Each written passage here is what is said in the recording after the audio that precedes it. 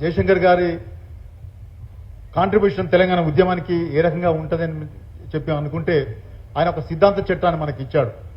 1969లో ఉద్యమం విద్రోహానికి గురై చల్లారిపోయిన తర్వాత ఒక 25 ఏళ్ల పాటు ఆయన ఉద్యమాన్ని కాపాడుకుంటూ వచ్చాడు. తెలంగాణ భావజాలాన్ని కాపాడుకుంటూ వచ్చిన గొప్పవాడు. అయితే తెలంగాణ ఉద్యమం 96లో మళ్ళీ ఒకసారి పునరుత్థానం చెందిన తర్వాత ఇది 1969లో జరిగినట్టుగా జరగకూడదు, ఇది ఒక సిద్ధాంత చట్టం ఉండాలి అని చెప్పి ఆయన 3 సూత్రీకరణలు చేశాడు. ఒకటి, భావ ప్రచారం విస్తృతంగా జరగాలి.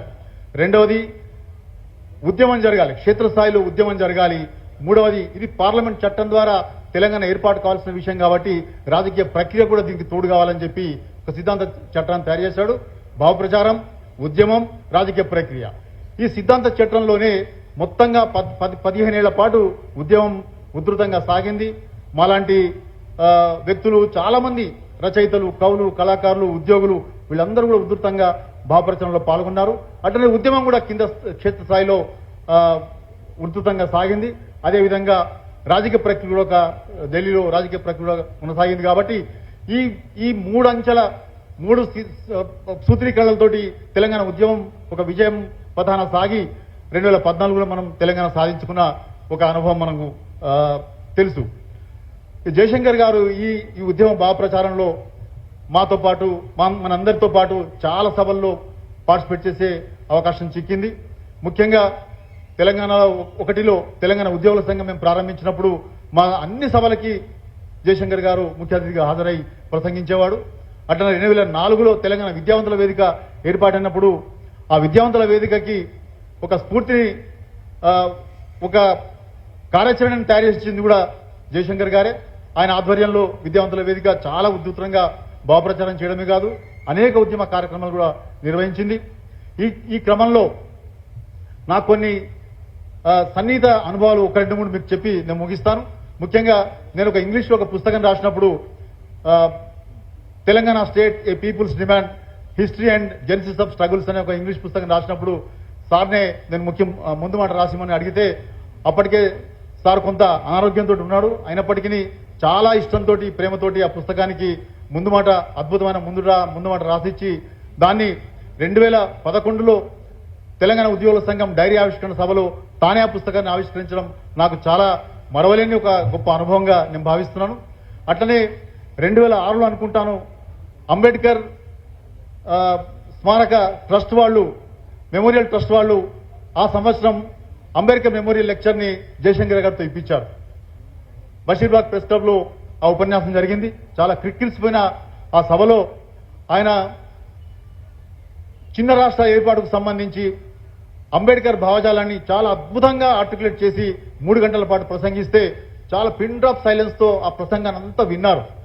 ఆయన ఎంత అద్భుతంగా అంబేద్కర్ భావజాలాన్ని, అసలు అంబేద్కర్ ఈ చిన్న రాష్ట్ర ఏర్పాటుకు సంబంధించి, లేదా ముంబై నగరాన్ని గుజరాతీ పెట్టుబడిదారులు మహారాష్ట్రకు చెందకుండా కుట్రపూరితంగా దాన్ని ఎట్లా హస్తగతం చేసుకుందామనే కుట్రల్ని అంబేద్కర్ తన పదునైన భావజాలంతో, పదునైన వాదనలతో ఎట్లా రక్షించుకోగలిగిండు అనే విషయాలు విశ్లేషిస్తూ ఆయన ఆ ఆలోచనలన్నిటి కూడా మన తెలంగాణకు వర్తింపజేశాడు.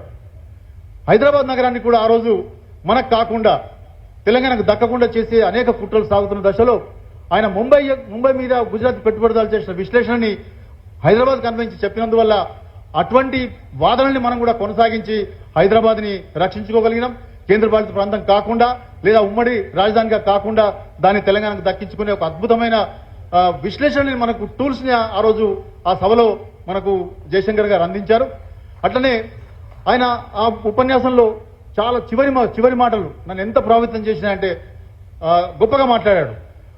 ఆయన చివరిలో మాట్లాడుతూ, నెహ్రూ కనుక భూమి మీదకి తిరిగి వస్తే ఆయన ఏమంటాడంటే, నేను 1956లో ఆంధ్రప్రదేశ్ని, తెలంగాణ రాష్ట్రాన్ని, తెలంగాణ ప్రాంతాన్ని ఆంధ్రప్రదేశ్లో విలీనం చేసి ఒక చారిత్రక తప్పిదం చేశాను. ఆ చారిత్రక తప్పిదాన్ని మళ్ళా వాపస్ తీసుకోవడానికి కేంద్ర ప్రభుత్వానికి సిఫారసు చేసి ఉండేవాడు. తప్పనిసరిగా నేను ఒక చారిత్రక తప్పిదం చేశాను, తెలంగాణ రాష్ట్రాన్ని ఏర్పాటు చేయండి అని చెప్పి కేంద్ర ప్రభుత్వానికి సిఫారసు చేసి ఉండేవాడు నెహ్రూ కనుక ఇప్పుడు భూమి మీదకి వస్తే అని అన్నాడు. అట్లనే అంబేద్కర్ కనుక మళ్ళా భూమి మీదకి వస్తే ఆయన ఏం చేసేవాడంటే, తెలంగాణ ఉద్యమానికి నాయకత్వం వహించి ఈ ఉద్యమాన్ని ముందుకు తీసుకుపోయే అవకాశం ఉండేది అని చెప్పి ఆ రోజు ఆ ప్రసంగం ముగించాడు. ఒక 2 నిమిషాల పాటు అద్భుతమైన చప్పట్లతోటి మారుపోయింది సభ. ఆ ప్రసంగ పాఠాన్ని నేను ట్రాన్స్క్రైబ్ చేసి ఈ మెమోరియల్ ట్రస్ట్ వారికి అందిస్తే వాళ్ళు ఆ పుస్తకాన్ని ప్రచురించారు. నాకు అదృష్టం దక్కింది. అట్లనే సారు చివరి పుస్తకం ఒకటి రాశాడు. కృష్ణ కమిటీకి టీఆర్ఎస్ పార్టీ తరఫున ఒక డెలిగేషన్ పోయినప్పుడు కేసీఆర్ గారు, జయశంకర్ గారు ఇద్దరు మన వాదనలు వినిపించారు. అప్పుడు జస్టిస్ శ్రీకృష్ణ గారు ఒక మాట అడిగారు, మీరు విడిపోతారు, బాగానే ఉంటారు, మీకు హైదరాబాద్ నగరం కూడా ఉంది కదా, మరి ఆంధ్ర వాళ్ళు ఎట్లా బతకాలి అంటే ఆంధ్ర కూడా అద్భుతమైన వనరులు ఉన్నాయి, సెపరేట్ స్టేట్ గా ఆంధ్ర కూడా తన మనుగడను కొనసాగించగలిగే వనరులు ఉన్నాయని చెప్పి ఆయన చెప్పినప్పుడు దీని మీద మీరు అడిషనల్ నివేదిక ఇవ్వండి, నాకు అడిషనల్ గా ఒక రిపోర్ట్ తయారు చేసి ఇవ్వండి అని చెప్పినప్పుడు జయశంకర్ గారు అనారోగ్యంతో ఉన్నారు పాపం ఆ రోజు. అయినప్పటికీ చాలా శ్రమపడి ఒక అద్భుతమైన రిపోర్ట్ రాసిచ్చాడు. Economic viability of Andhra and Telangana as separate states అని ఒక నివేదికను తయారు చేసి చాలా కష్టపడి తయారు చేసి శ్రీకృష్ణ కమిటీకి అందజేశాడు. సరే, శ్రీకృష్ణ కమిటీ ఒక ప్రహసనంగా మిగిలిపోయిన సంగతి మనంగా చూసిందే. అదే మనం చివరి పుస్తకం అది. ఆ పుస్తకాన్ని తెలంగాణ విద్యావంతుల వేదిక ప్రచురించింది. ఆ పుస్తకాన్ని ఇక్కడ ప్రొఫెసర్ కనకదుర్గ గారు ఉన్నారు, వారే ఎడిట్ చేసి మనకు అందిస్తే ఆ పుస్తకాన్ని మనం ప్రచురించాం. ఆ చివరి పుస్తకం 2013లో అనుకుంటాను మేము సంసద్ యాత్ర ఢిల్లీకి పోయినప్పుడు అక్కడ తీసుకుపోయి మొత్తం ఢిల్లీలో అందరికీ ఆ పుస్తకాన్ని పంచి తెలంగాణ ఎట్లా అన్యాయానికి గురైంది, తెలంగాణ ఏర్పాటుకు సంబంధించిన సాధికారత ఏంటిది అనేది ఆ పుస్తకంలో వివరించాడు. కాబట్టి ఆ పుస్తకాన్ని మొత్తం ఢిల్లీలో పంచాం. ఇట్లా జయశంకర్ గారితో చాలా గొప్ప గొప్ప సన్నిహిత అనుభవాలు ఉన్నాయి. ఆయన మా ఊరికి కూడా వచ్చాడు దేశభక్తి శ్రీనివాస్తో కలిసి. అక్కడ సభను ఏర్పాటు చేసినప్పుడు మా ఊర్లో చాలా సంతోషించారు జయశంకర్ గారు మా ఊర్లో అడుగుపెట్టినందుకు. ఇట్లా అనేక అనుభవాలు ఉన్నాయి. కాబట్టి ఇవాళ జయశంకర్ గారు బతుకుంటే బహుశా తెలంగాణ రాష్ట్రం యొక్క ప్రగతిని చూసి సంతోషపడేవారని చెప్పి నేను అనుకుంటున్నాను. ఇటువంటి ఒక మహనీయుడి, నాకు ఆరాధ్యుడైనటువంటి జయశంకర్ గారి స్మారక పురస్కారాన్ని నాకు అందజేసినందుకు తెలంగాణ వికాస్ సమితి వారికి హృదయపూర్వకంగా ధన్యవాదాలు చెల్లిస్తూ